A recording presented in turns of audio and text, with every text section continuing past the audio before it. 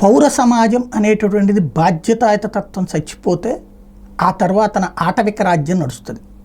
బెంగాల్లో ఇప్పుడు నడుస్తున్నది అదే. కమ్యూనిస్టుల హయాంలో అరాచకాలు జరుగుతుంటే పౌర సమాజం పట్టించుకోవాలంటే మేధావులు పట్టించుకోవాలి. పర్యవసానం ఒక రౌడీని ఎదిరించే మరొక రౌడీ రాజ్యం వచ్చింది, అదే మమతా రాజ్యం. ఇప్పుడు అక్కడ మీడియా అనేటువంటిది, అధికార యంత్రాంగం అనేటువంటిది మొత్తం ఎవరైనా సరే దాసోహం. మళ్ళీ ఇంకొకళ్ళు రావాలంటే ఈ రౌడీలను ఎదిరించే పెద్ద రౌడీలు అవ్వాలి. అలాంటి రాజకీయం నడిచింది. బీహార్ అరాచకమే, ఇప్పుడు మారింది అనుకుంటే మళ్ళీ పాత రోజులకి తీసుకెళ్లే ప్రయత్నం జరుగుతుంది. ఆంధ్రప్రదేశ్ రౌడీయిజం ఫ్యాక్షనిజం నుంచి చంద్రబాబు గారి హయాంలోనే విముక్తి జరిగింది. ఎప్పుడైతే తాను అధికారం చేపట్టిన 95 నుంచి 2004 వరకు తొక్కి నారదీశారు రౌడీయిజం ఫ్యాక్షనిజాన్ని, కంట్రోల్ చేయించారు. దాన్ని రాజశేఖర రెడ్డి కూడా కొనసాగించారు. రాజకీయపరమైనటువంటి ఫ్యాక్షనిజాన్ని, రౌడీయిజాన్ని పూర్తిగా నిరోధించారు. అంతా అయిపోయిందనుకుంటే రాష్ట్ర విభజన తర్వాత ఆరంభమైనటువంటి దరిద్రం ఇప్పుడు జగన్ హయాంలో ఒక అడుగు ఎక్కువ వెళ్తే ఇప్పుడు మరొక దశకి చేరుకుంది. చివరికి మీడియా అనేటటువంటి వాళ్ళని అటు ముద్రో ఇటు ముద్రో వీళ్ళ సోషల్ మీడియాల ద్వారా వేసేశారు. న్యూట్రల్గా మాట్లాడితే కుదరదు, అయితే నువ్వు వాళ్ళ వైపు ఉండు, లేకపోతే మా వైపు ఉండు. అటుంటే నీ మీద కేసు ఎడతాం, ఇటుంటే నిన్ను బతకనీయం. వాళ్ళు అటు చెప్తారు, వీళ్ళు ఇటు చెప్తారు.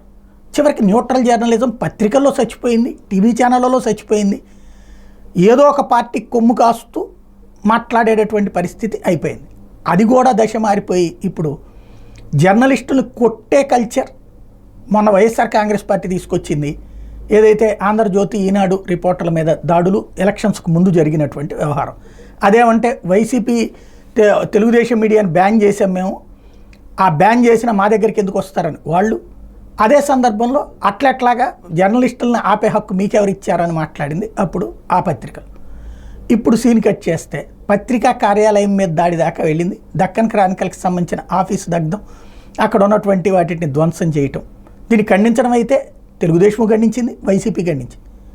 కానీ పోలీసు యంత్రాంగం ఏం చేస్తుంది, వ్యవస్థలు ఏం చేస్తున్నాయి? ఖండించాం అంతే. What next? రేపు పొద్దున ఇప్పుడు ఇది నేర్చుకుంటే, ఇది జరిగింది కదా, ఇప్పుడు గత 5 ఏళ్లలో కూడా వచ్చినటువంటి వాళ్ళు అంటే చివరిలో వైసీపీకి సంబంధించిన ప్రోగ్రాముల గురించి తప్పుగా ప్రచారం చేస్తున్నారని దాడి చేశారు. ఇది ఖాళీగా ఉన్న ఏరియాని వరకు ఫోటోలు తీసి జనం ఎవరు రావట్లేదని చెప్పి చూపెడుతున్నారన్నటువంటి కాన్సెప్ట్లో, లేదా మందు గురించి ఇట్లాంటివి వేస్తున్నారని దాడులకు పాల్పడ్డారు. ఇప్పుడు తప్పుడు వార్త రాశారని దాడి జరిగింది తెలుగుదేశంకి సంబంధించినటువంటి వాళ్ళు. రేపేం జరుగుతుంది? ఇక తమకి నచ్చనటువంటి వార్త వచ్చిన పత్రిక కార్యాలయాలు, టీవీ కార్యాలయాలు ధ్వంసం. పౌర సమాజంలో ఎవరైతే మేధావులుగా ఉండేటటువంటి వాళ్ళు నోరు మెదపట్ల, విగ్రహాల ధ్వంసం మీద నోరు మెదపట్ల, అలాగే శిలాఫలకాల ధ్వంసం మీద నోరు మెదపట్ల, తలకాయలు పగులుతున్నా నోరు మెదపట్ల, అట్లాగే దీని మీద నోరు మెదపట్ల. నెల దాటిపోయింది. మిగతాదంతా ఏదేదో అన్నటువంటి ప్రొజెక్షన్ అయితే నడుస్తుంది. But what next? ఇప్పుడు కార్యాలయాల దాకా వచ్చింది. ఇక అప్పుడు ఏం జరుగుతుంది రాష్ట్రంలో? ఎవరి మాట వింటారు? భవిష్యత్తులో బలమున్నోడి రాజ్యం, ఆటవిక రాజ్యం వైపుకి వెళ్తామా? బీహార్, ఉత్తరప్రదేశ్లో ఏదో రౌడీ పేరు చెప్పుకు బతకాల్సినటువంటి పరిస్థితులు ఉండేవి. అవి మారుతుంటే ఇప్పుడు మనం ఆ దశకి వెళ్తామా? అర్థం కాని వాతావరణం.